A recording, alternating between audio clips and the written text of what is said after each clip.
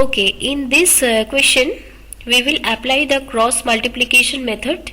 We have already studied how to apply this method. You first have to write x, y, x for this portion, y for this portion, and 1 for the constant term.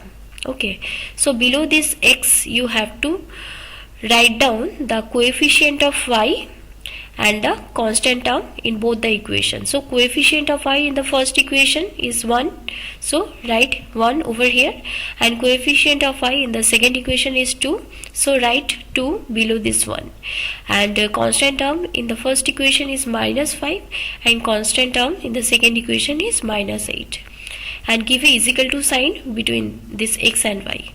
Next, below this y you have to write down the coefficient of x and the constant term for both the equations. So coefficient of x in the first equation is 2, and coefficient of x in the second equation is 3, and the constant term in the first equation is minus 5 and constant term in the second equation is minus 8. And next, give a equal to sign between this y and 1 is for the constant term. Next, below this one we have to write down the coefficient of x and coefficient of y for both the equation. So coefficient of x in the first equation is 2, and coefficient of x in the second equation is 3, and constant term for the first equation is coefficient of y for the first equation is 1, and the coefficient of y for the second equation is 2. Okay. Next, calculate this. For x and 1 you have to multiply first this side and give a minus sign, and then multiply this side. So first, for this x you have to multiply this portion 1 into minus 8. Next, give a minus sign, and then you have to multiply this portion 2 into minus 5. Okay, so 1 into minus 8 is minus 8, give a minus sign, and next 2 into minus 5 is minus 10. And for y you have to first multiply this portion.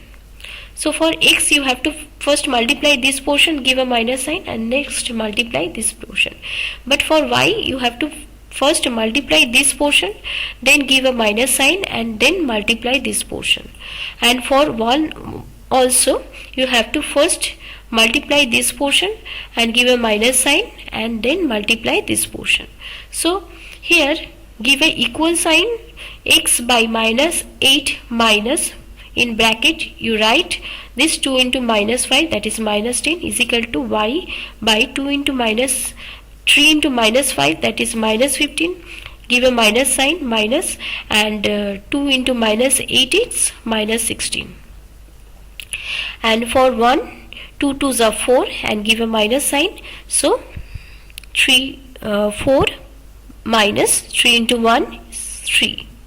So here x by minus 8 minus minus will be plus, minus 8 plus 10 is equal to y by minus 15 minus minus plus 16 is equal to 1 by 4 minus 3 is 1.